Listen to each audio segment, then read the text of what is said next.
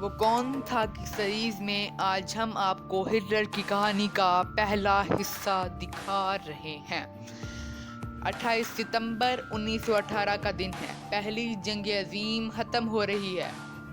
Paris سے 188 kilometre دور ایک چھوٹا سا قصبہ ہے مارکویک۔ یہاں ایک برطانوی سپاہی کے نشانے پر ایک جرمن سپاہی ہے جسے وہ چھوڑ بھی سکتا ہے اور مار بھی سکتا ہے۔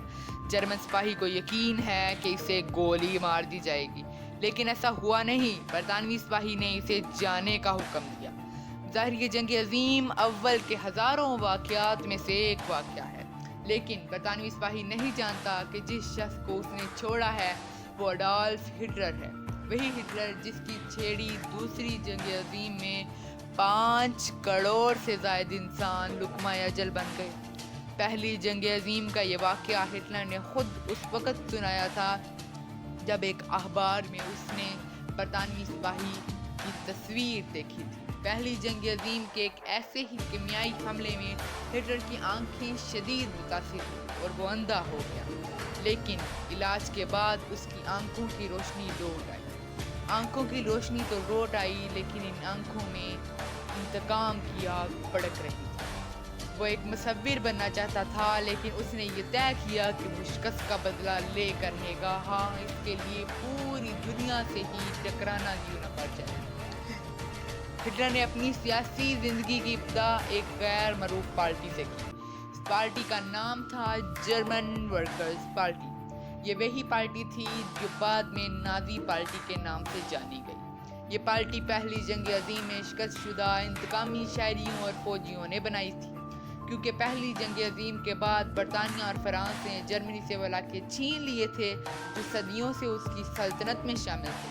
یہی نہیں، جرمنی کو مجبور کیا گیا کہ فرانس اور عالمی طاقتوں کا جو نقصان ہوا ہے اس کا ہرجانہ بھی ادا کرے۔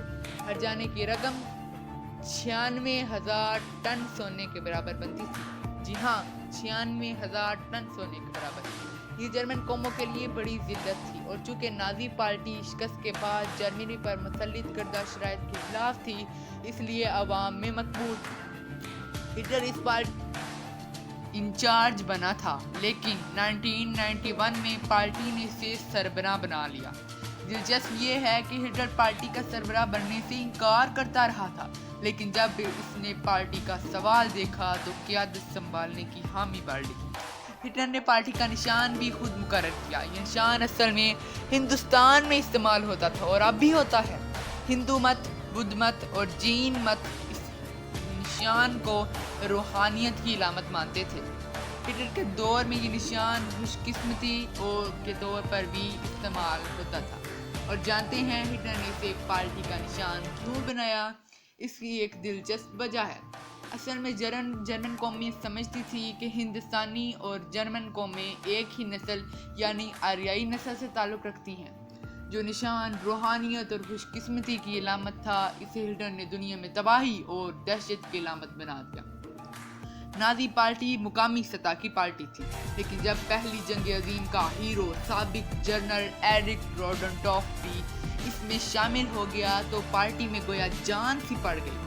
روڈنٹوف جرمن قوموں کا اچھا خاصا کمانڈر تھا، اور اس نے پہلی جنگ عظیم میں روسی فوجوں کو دھول چٹائی تھی، اور جب برطانوی فوج سامنے آئی تو روڈنٹوف ہار گیا۔ روڈنٹوف کے ساتھ ملنے سے ہٹلر کی طاقت بڑھ گئی۔ وہ جرمنی میں انقلاب لانا چاہتا تھا۔ اس کے لیے اس نے جرمنی میں SA کے نام سے ایک تنظیم قائم کی۔ اگلے سال 1992 میں اٹلی میں موسولینی کامیاب ہوا تو ہٹلر کو لگا کہ وہ بھی ایسی ہی کامیابی حاصل کر سکتا ہے۔ اب ہٹلر انقلاب کا موقع ڈھونڈ رہا تھا۔ یہ موقع اسے روہر نے فراہم کیا۔ روہر جرمنی کا ایک علاقہ ہے جو برلائن کے مغرب میں واقع ہے۔ اس علاقے میں کوئلے کی کانیں اور فولاد کی فیکٹریاں ہیں۔ اگلا حصہ ہم آپ کو بہت جلد دکھائیں گے۔ ایسی ہی ویڈیوز دیکھنے کے لیے ہمارے چینل کو سبسکرائب کیجیے، اور باوقت ویڈیو دیکھنے کے لیے بیل آئیکن کو ضرور دبائیں۔ شکریہ۔